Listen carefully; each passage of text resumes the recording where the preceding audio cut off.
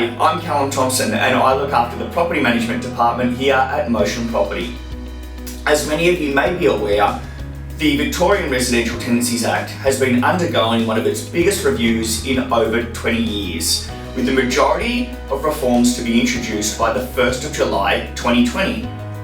Some of the reforms have been brought forward, like the limit on rent increases only being able to be implemented once per annum, which was brought in last year, and announced this week the reform to pets in rental properties, which has been brought forward to take effect from the 2nd of March.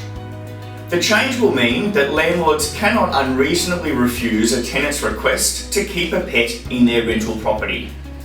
The tenants will still need to request consent to have the pet, but now when they request consent, the landlord will have 14 days to lodge an objection through VCAT. Now, if no objection is lodged, the tenant will automatically have consent to keep that pet. Some of the reasons that we could lodge an objection through VCAT could be that the property has been poorly maintained in the past by the tenant and breach notices have been issued, that the property is the principal place of residence for the landlord and there is an allergy to pets, or that the pet's simply not suitable, such as a Great Dane being kept in a studio apartment. It's not all doom and gloom though. We do find that the majority of tenancies with pets are quite successful, and we've had many tenancies we've managed here at Motion Property with pets where the properties have been kept immaculately. For the small percentage of tenancies where things do go wrong and there is damage as a result of pets, it's now more important than ever to make sure that you have adequate landlord protection insurance in place.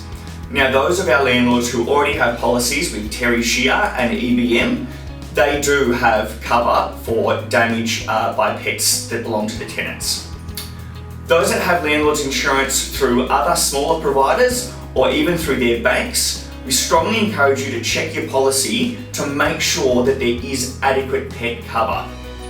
Now, if you don't have any landlord's insurance in place at all, now is the time to make sure that you get cover. So we cannot outright recommend a particular insurer to you. However, we are closely aligned with EBM Insurance and have provided a link on this email for you so that you can review the policy yourself and make sure that it's going to meet your needs. Now, if you decide that you'd like to take out a policy through EBM, we can do that on your behalf. You just need to notify your property manager directly in writing that you'd like us to do that. But again, we cannot outright recommend a insurance policy as being more suitable for you compared to another. So please make sure you do your own due diligence on any insurance that you take out. We will continue to keep you updated on the residential tenancy reforms as the 1st of July approaches, being the expected date for the other reforms to come into place. Thank you.